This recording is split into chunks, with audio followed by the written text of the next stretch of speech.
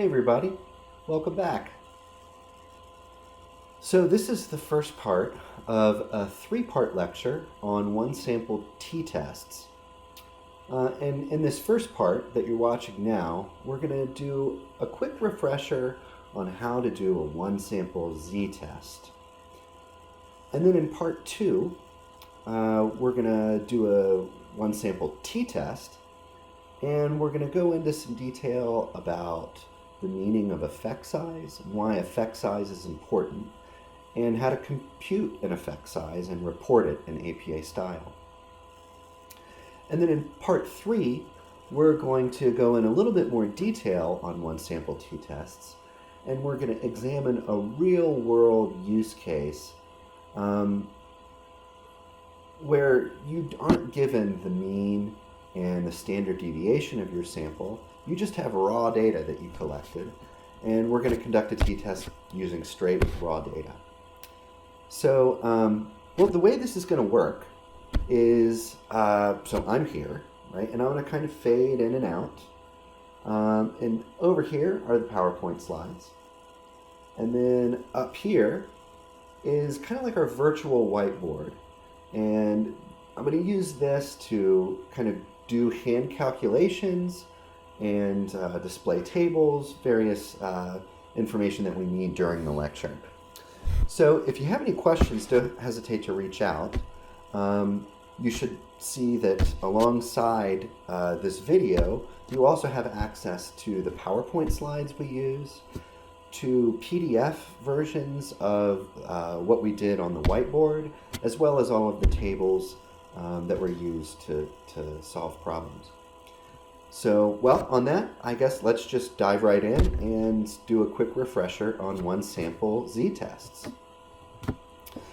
So this one may be familiar to you, but so this is the clown college problem.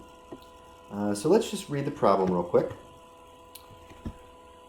An internationally accredited clown college recently decided to implement a training program to ensure all clowns trained to act politically correct at birthday parties.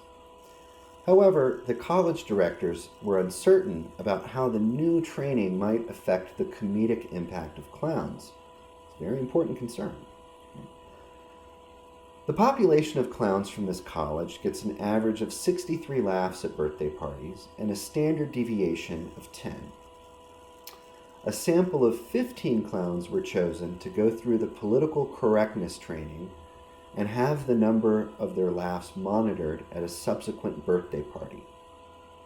Post-training, they averaged 66 laughs per birthday party. Did the training significantly change productivity? And you're supposed to use an alpha level of 0.05 to test this hypothesis. So let's start out. The first thing that we should always do with one of these problems is write down what information we have, right? So the population parameters we were given were a mean of 63 and a standard deviation of 10. And then our sample statistic was just the sample mean, which was 66. We also know that there was a total of 15 clowns in our sample, and that we're testing at an alpha of 0.05. So we know this is a one-sample z-test because we are given the population mean and the population standard deviation. If we didn't have the population standard deviation, we would have to estimate it. And when we estimate the population standard deviation, we do a one-sample t-test. But since it's given here, we're able to do a one-sample z-test. So this is critical. You need to be able to determine what type of statistical test you need to conduct given the statistics and parameters provided to you. Okay, so the second thing we should do is probably draw a normal distribution out like any good statistician would do.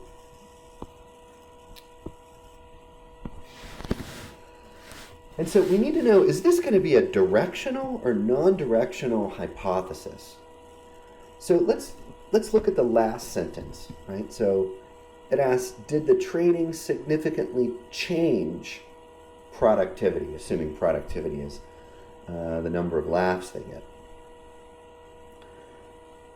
Well, so because it uses the word change, that implies that it could be lower, it could be higher, and this makes it a non-directional test. We're looking in both directions to see if the number of laughs is different. Now, if it said, did the training significantly increase productivity, that would be a directional test, as it would if they said, did the training significantly decrease productivity? But so, okay, since we're using an alpha of 0.05 and we're dealing with a non-directional test,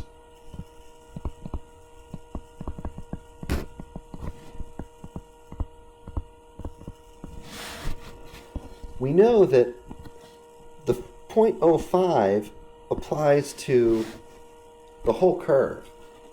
So that means in our shaded region of rejection, there's 0.025 on each side.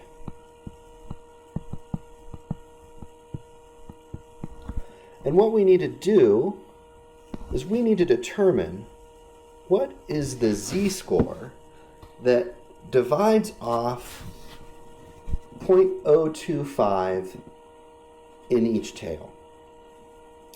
And so the way we do this is we pull up our handy-dandy area under the normal curve, the z-table, right? And you can see we have the picture of the normal distribution, and we're looking for that blue shaded region. So this is the area beyond z, right? And so we scroll down the area beyond z until we find 0.025. And you can see 0.025 is right here. Right? It's 1.96. Now, because the normal distribution is a symmetrical distribution, it's going to be 1.96 on the positive side and minus 1.96 on the negative side. So our z critical value is going to be plus or minus 1.96. Okay. So now that we know what our criterion are to reject or retain the null hypothesis, it's based on this line in the sand here, right? The z-crit value. Now we're in position to be able to write our decision rule. And so our decision rule is going to be, we're going to reject the null if t obtained, or I'm sorry,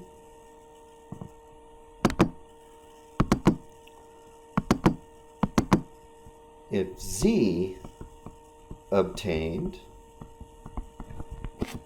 is greater than or equal to 1.96 or less than or equal to minus 1.96.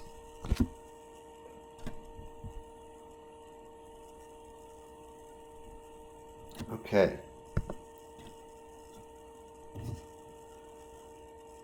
So now what we need to do is we need to compute our t obtained value. And so remember, the t obtained value is essentially the difference between our sample mean and the population mean divided by a metric of error. And in this case, z obtained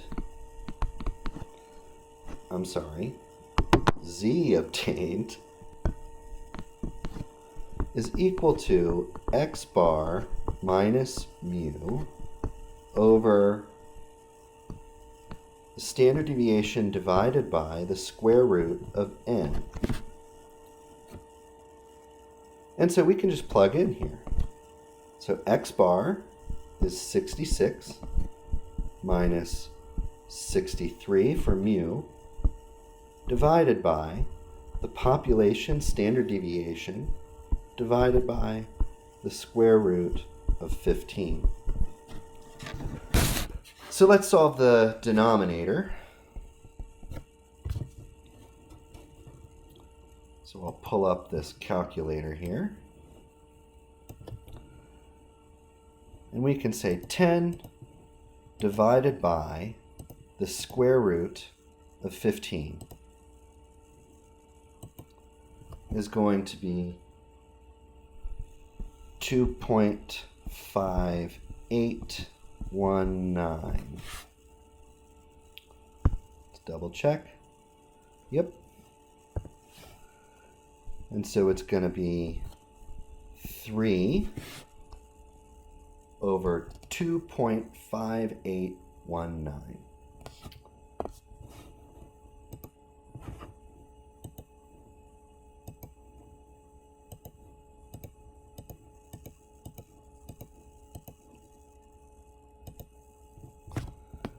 So z is equal to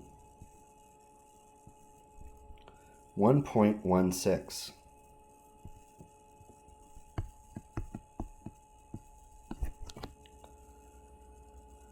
So now we need to ask ourselves, we need to go back to our decision rule. Did we meet our decision rule?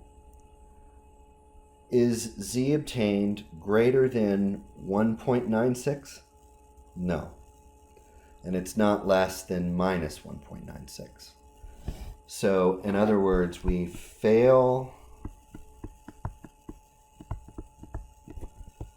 to reject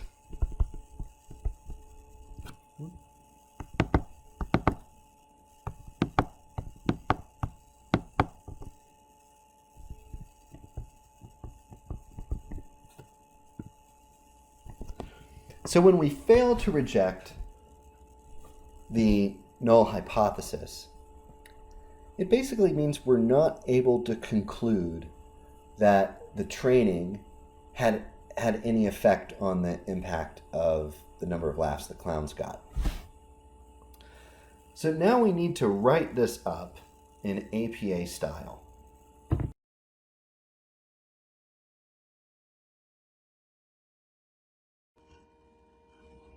Okay, here we go. So here's an APA style write-up for the Clown College problem. And so whenever you write one of these up, there's 3 primary parts. There's what did you do, what did you find, and what does it mean. And what did you do? You simply state the test that was conducted and what was being compared to what, or what was predicting what. And so in this case, we say a 1-sample z-test was conducted to explore whether clowns who received political correctness training would demonstrate different levels of productivity, as measured by the number of laughs they receive at birthday parties. Okay, and so the critical element here is this what was conducted. And then in the next part, what did you find? This is where you really report the statistics and the parameters of the test. So here we compared the general population of clowns, and then we report the mean and the standard deviation of the population of clowns. Those who received political correctness training, and then we report the sample mean, did not produce a statistically significant change in the number of laughs received. And here, and this is important, this z-score being reported is the obtained value of z. It's easy to confuse it and think that it is the critical value of z, the line in the sand, but it's not. It's the z obtained score. And then we report the standard error of the mean, which is simply the denominator of the z equation. And then because this test was not statistically significant, we say that p is greater than 0.05. And what that means is that the probability that the sample comes from a different population than the overall population of clowns is greater than 5%. And we want that percent, we want, in order to have confidence that the political correctness training was effective, we want to show that 95% of the time that the people in the sample would not belong to the null hypothesis or the population that we're comparing it to. Okay, and then the third part is, what does it mean? So this is fairly simple right now. They will get slightly more complicated as we move along in the semester. So what does it mean? The intention here is for you to express in English what the results mean.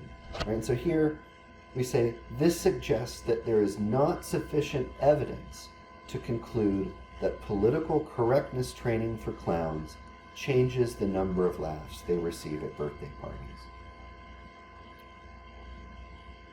Okay.